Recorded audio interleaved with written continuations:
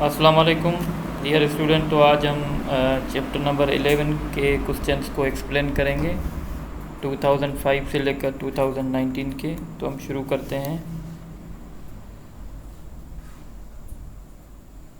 Question number 1 है the necessary condition for Boyle's law to hold state process must B.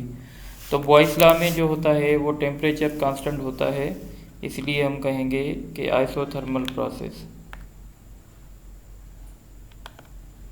उसके बाद question number 2 है the internal energy of system decreases in adiabatic process which of the following must be true regarding this process. अच्छा, adiabatic process में जो heat होती है ना इन होती है ना आउट होती है।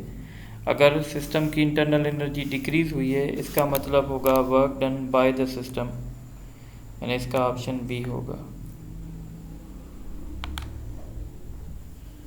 क्वेश्चन नंबर 3 है the first law of thermodynamics में be written as delta U is equal to delta Q plus delta W. The delta, where delta U is the increase in internal energy of the system, state heat transferred to the system, and W is the work done on the system. Which of the following is correct for the case of an isothermal expansion? तो isothermal में आपको पता है internal energy change नहीं होगी, इसीलिए delta U 0 होगा।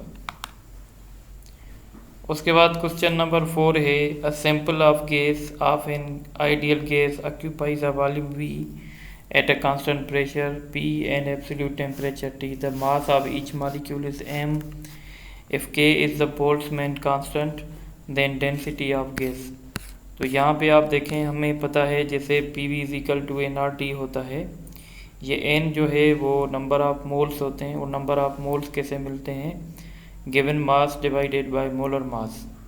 अब मैं इस m को यहाँ ले जाऊँगा तो मल्टीप्लाई करेगा P से, और इस v को यहाँ ले आएंगे तो डिवाइड करेगा।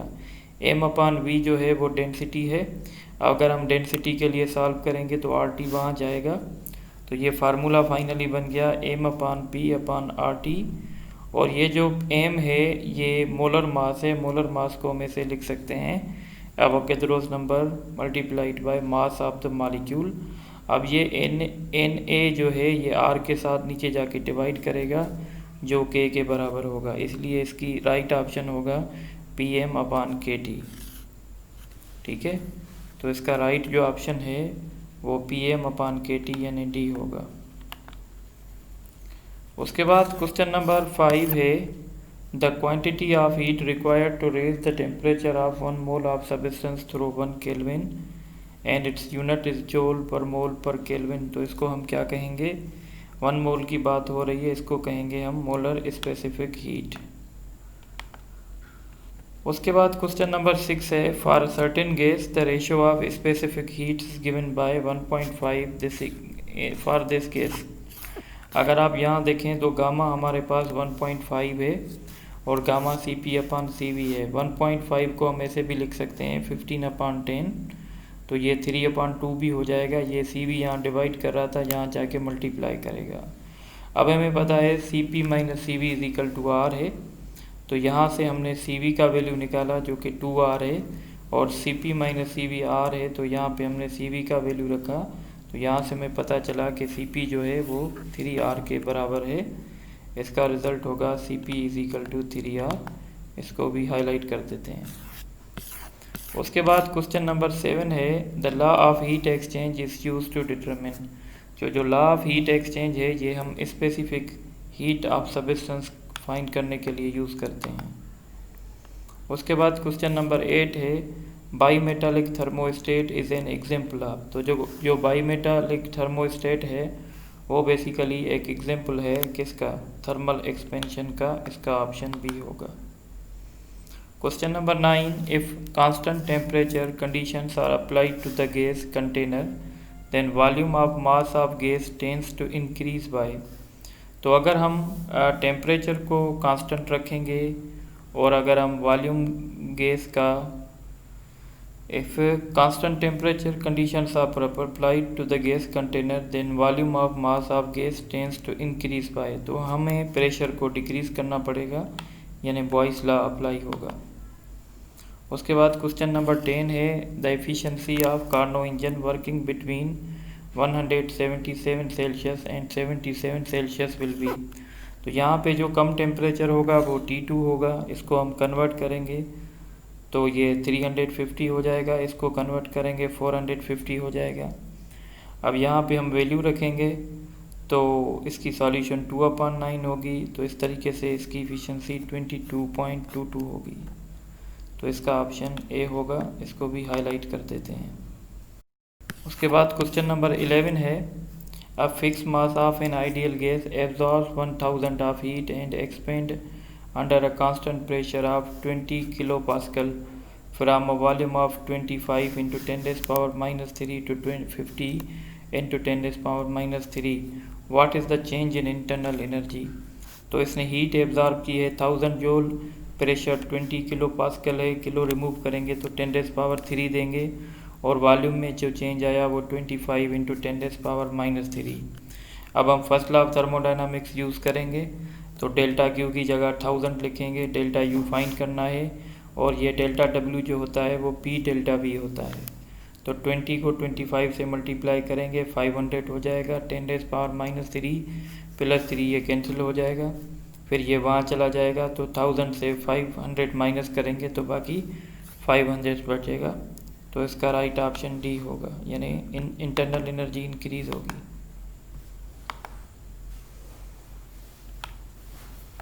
तो इसका राइट ऑप्शन डी है, इसको हाईलाइट कर देते हैं।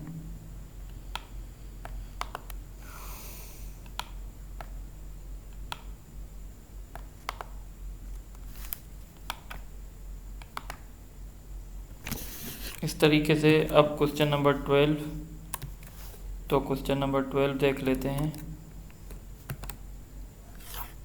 क्वेश्चन नंबर 12 है if 150 cubic centimeter cube of gas having the pressure of 760 millimeters of mercury, it is compressed into the volume of 300 cubic centimeter. The temperature remains constant. The pressure of gas will be dash in millimeters of mercury. तो यहाँ पे अगर आप देखें तो यहाँ पे बताया गया है कि टेम्परेचर कांस्टेंट है, तो हम बॉयस लॉ अप्लाई कर सकते हैं। V1 500 क्यूबिक मीटर है, प्रेशर 760 है, P2 हमें फाइंड करना है, V2 ये है। तो बॉयस लॉ है P1 V1 is equal to P2 V2, तो यहाँ से हमने सॉल्व किया तो 1270 ऑप्शन होगा और इसका राइट ऑप्शन डी है। इस तरीके से फिर क्वेश्चन नंबर 13 है the sum of all forms of molecular energy in thermodynamic system, तो हम इसको कहते हैं इंटरनल एनर्जी, तो इसका ऑप्शन सी है। उसके बाद क्वेश्चन नंबर 14 है a sample of an ideal gas में expand adiabatically or expand isothermally. The net heat flow into the gas from the exterior is, तो आपको पता है एडियाबेटिक में 0 होगा और आइसोथर्मल एक्सपेंड में पॉजिटिव होगा, तो हम लिखेंगे 0 फॉर 1 एंड पॉजिटिव फॉर 2, तो इसका ऑप्शन ई होगा।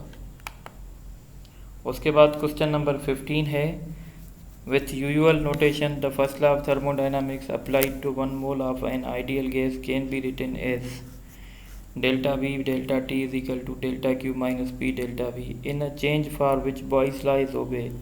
तो जब Boyle's law obey होगा तो डेल्टा T 0 होगा, इसका मतलब होगा कि C यानी डेल्टा T जो है वो 0 है।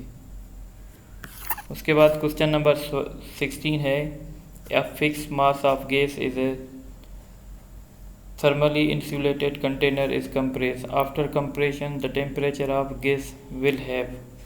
तो अब देखें ये इंसुलेटेड कंटेनर है, इसका मतलब है ये प्रोसेस जो है वो एडियाबेटिक है, और अगर एडियाबेटिक कंप्रेशन आप करेंगे तो टेम्परेचर राइज होगा, क्योंकि वर्क जो है वो नेगेटिव हुआ होगा और वो वर्क जो है वो इंटरनल एनर्जी को राइज करेगा। Rising since doing work on gas, तो work done on the gas हम नेगेटिव लेते हैं, तो इसका राइट ऑप्शन डी होगा। क्वेश्चन नंबर 17 है at a constant pressure the volume of a given mass of gas is directly proportional to absolute temperature T, it is stated bye.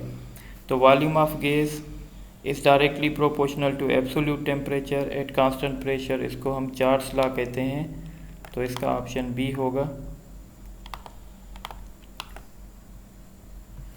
उसके बाद question number 18 है, which of the following statement regarding second law of thermodynamics is are correct. It is impossible to drive continuous supply of work by cooling a body to a temperature lower than coldest of its surrounding, ये सही है।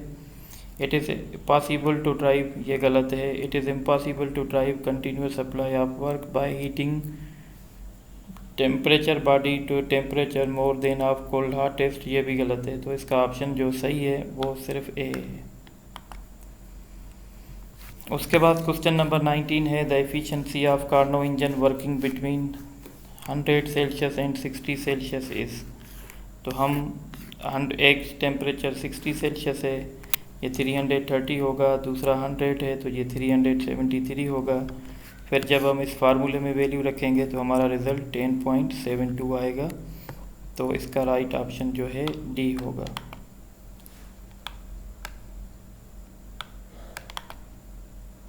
तो आज हमने जो explain किए हैं वो क्वेश्चन नंबर 19 तक किए हैं। फिर दूसरे क्वेश्चन भी हैं, तकरीबन 20 क्वेश्चंस और भी हैं।